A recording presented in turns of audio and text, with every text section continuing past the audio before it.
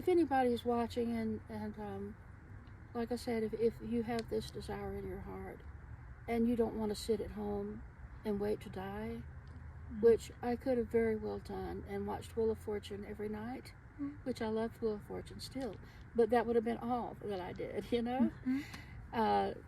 If you want more, you can do it. Hi, I'm Beth, the Slow Lane Rambler. Thanks for stopping by. Today we're going to meet Cheryl. She's going to give us a tour of her self-converted minivan, show us her mobility scooter, explain how it's really improved her camping experience, and share a little bit of her musical talents too. Let's have a look. I'm Cheryl from South Carolina. And are you full-time in your van? No, maybe semi-part-time. I have a home base. You're on a big adventure right now. Where are you going? Yes, I am. I'm going to the Redwood Forest. And where have you been?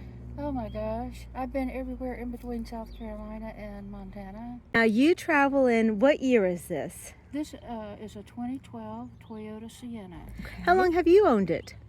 I've owned it almost 3 years. That the Toyota Siennas, even though the seats are removable, the rails were still here. Gotcha. And I had a body shop remove the rails. This is a child's play kitchen.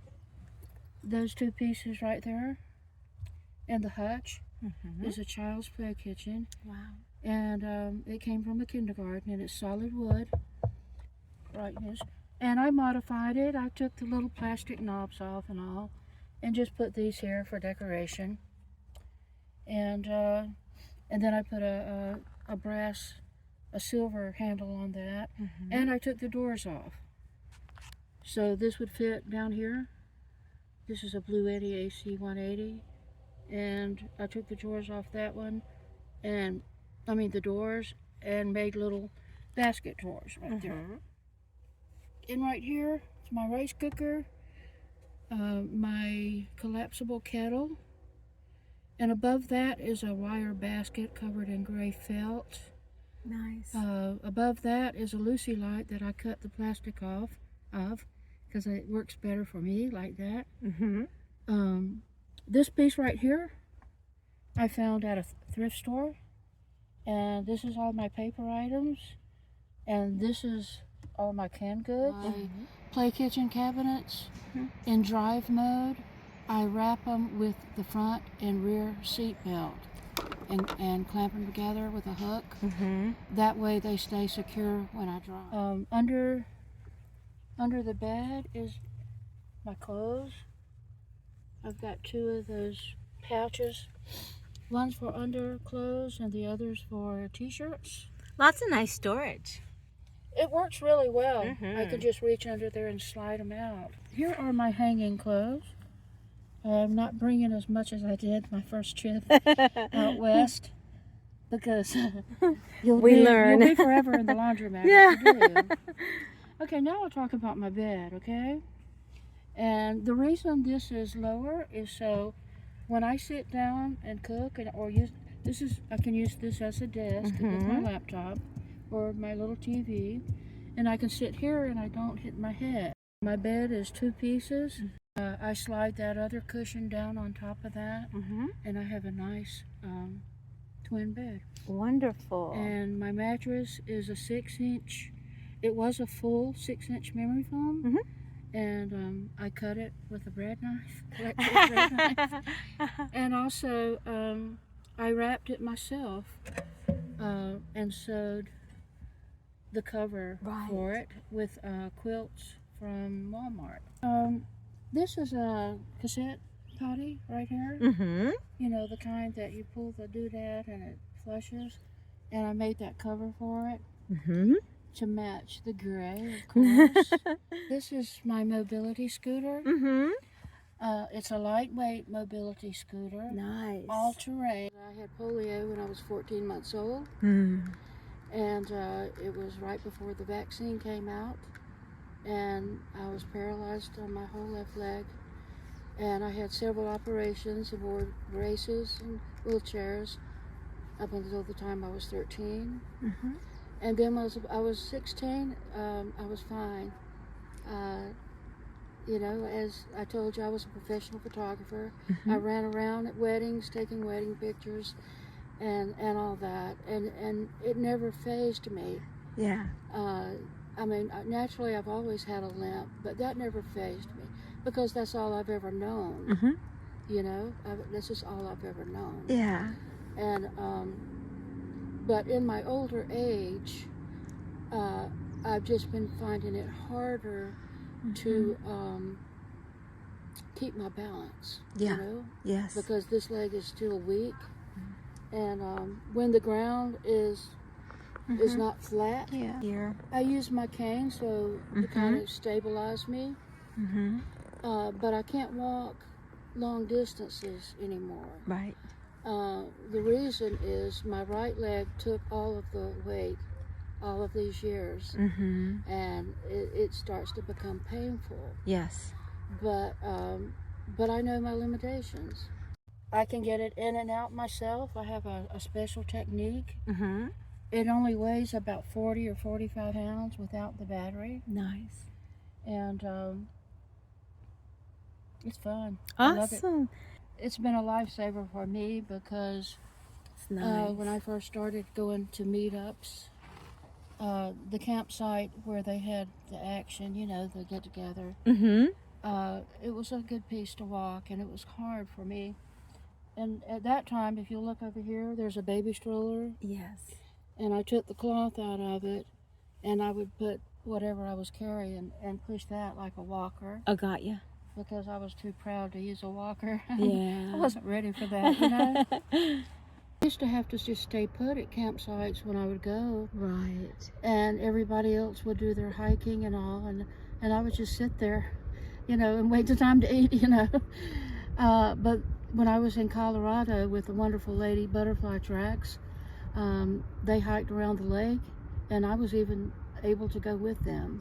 Oh, nice. And it was awesome. Yeah. Cheryl has made a video with all of the scooter specifications and more information, which can be found on her channel. I'm leaving a link in the description below. Please check it out. Yeah, it opens up a whole new world. It really does. That's my travel guitar that I made. Yes, we'll definitely be talking about that. And this is my little friend Pixie. Started out as a joke, but I got used to her. Aww.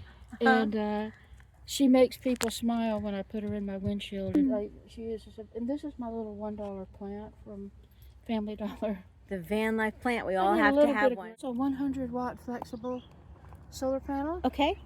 And my daughter and I put that up. It's a Booz RV 100-watt. Nice. And it had the tape that already came with it. And it's held up through everything. That's taped on using butyl tape. Correct. It's, it came with the butyl tape, and you just pull the plastic strip off. Right. And when we put it up there, my daughter was on one side and I was on the other. And you've had that up there how long now? A year and a half. Okay. Through about 20 car washes. Amazing.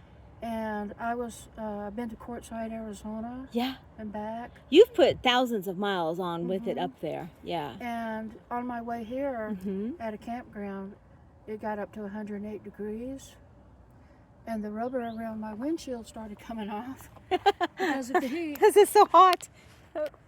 Yeah. There you go. But the solar panel stayed intact. Yeah, This is the wire that comes from the solar panel. And it comes through here, right here. And it does not pinch the wire. And thanks to a YouTuber called Tiny Campers, you all may be familiar with him. His video showed me how to run it through. Run the wire here, take the tail light off. Goes right in there. And then run the cable through the cavity. And it comes out through a vent right here. Perfect. And then you put the tail light back on. And also the power thing over there, it comes through that little vent also. I've been adventuring in my minivan for 3 years. My husband and I had a teardrop camper, and he retired, and we did some traveling together. And then he had some physical issues and was not able to drive. And I was afraid to pull a camper. So I said, I'm going to get a minivan and I'm going to build it out. And the first build, it had 2 beds in it with a space in the middle and a potty. And it worked great for us. And when we got to the campground, I had a screen tent that we put up to cook in, and it was wonderful.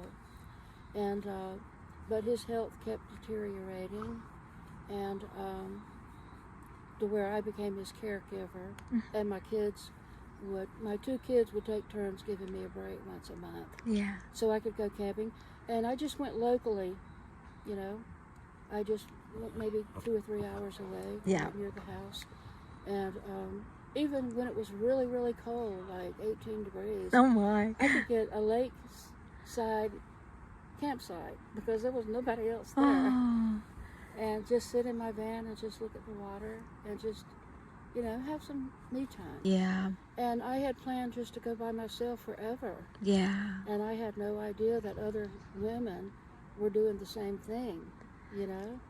Now, when you first went out by yourself without your husband after his passing, were you frightened to go on your own? You had kind of had an entry to it. No, not really, because I had already got my feet wet. Right. I had already, and even when my children were small, my husband would give me a break, and I would take the tent to Myrtle Beach State Park and by myself.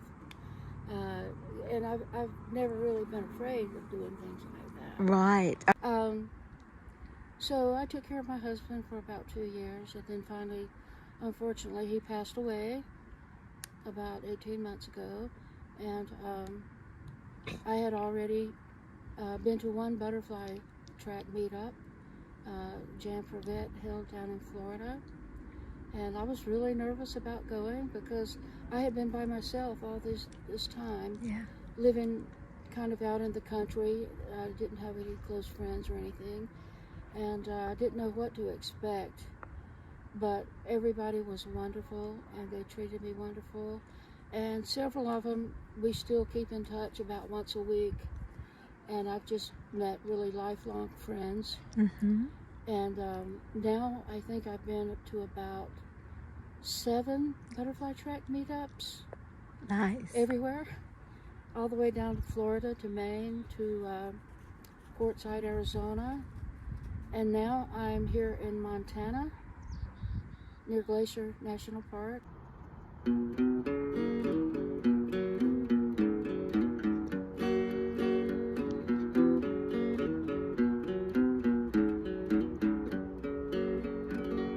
Nice.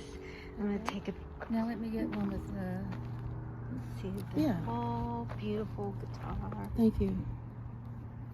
And here's the back. Yep, I'd love to see that. Especially this part right here, I'm proud of right there. I carved all that. Done. Oh, so beautiful. And then it goes through there. And then the bottom, I made that piece right there to run the strings through. And also on a flat floor, it'll stand straight up on a floor like that. Oh, perfect. And the reason I made this guitar is so it would fit in. We had a tab teardrop camper, my husband and I did, and I used to carry my big guitar in the case, and it had to sleep in the middle of us because there was nowhere else to put it, you know. So I made this little 6-string, and nice. It's held up. How long ago did you make it? I made this in 2013. Had you ever made a guitar before? Not a guitar, but I had made dulcimers. Okay. And I had made canjos. Okay. Canjo ukuleles. Cookie tin ukuleles. Oh, I've never heard of I those. made a bunch of those. Oh. And the stick dulcimers. Those are the ones that you hold like a guitar. Okay. Not the regular dulcimers that you hold like this. Right. But you hold them like this. Okay. And I made, I don't know, about 20. In all, I probably made about 35 instruments. What kind of wood is that? Like, do you have to use a special wood? The neck is a hardwood maple. And the box is just basswood. what I would do is I would go to craft stores and walk around and just knock on boxes to see which one resonated the best. Yeah.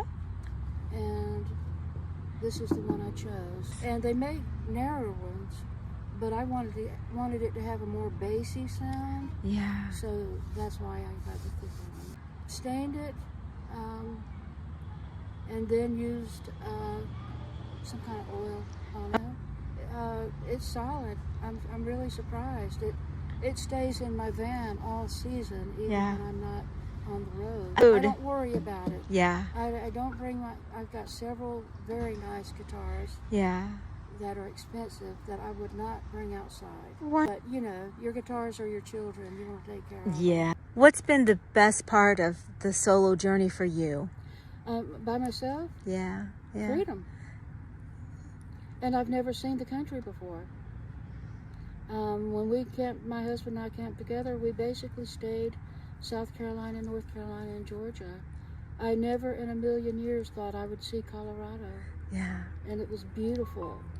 And now I can't imagine I'm up here near Glacier National Park. Right. And now I'm on my way to the Redwood Forest after I leave here. I love the outdoors. Yeah. You know? Yeah. Is this really in your heart what you want to do? And if it is, you'll figure it out. And don't listen to the negative people. If there's negative people in your life that are just saying, no, you can't do that, you're going to get hurt, blah, blah, blah, blah, blah. Yep. Have a emergency contact on your phone. Make a picture of your emergency contact. Mm-hmm. If something happens, somebody will know who to call to get you. My kids do not worry about me. Yeah. Because they know me. They know. Even we go on trips, who drives? Me. Even because they can drive, but Yeah. I'm in control, you know. Oh, it's wonderful. And they have faith in me. And I'm blessed, really blessed.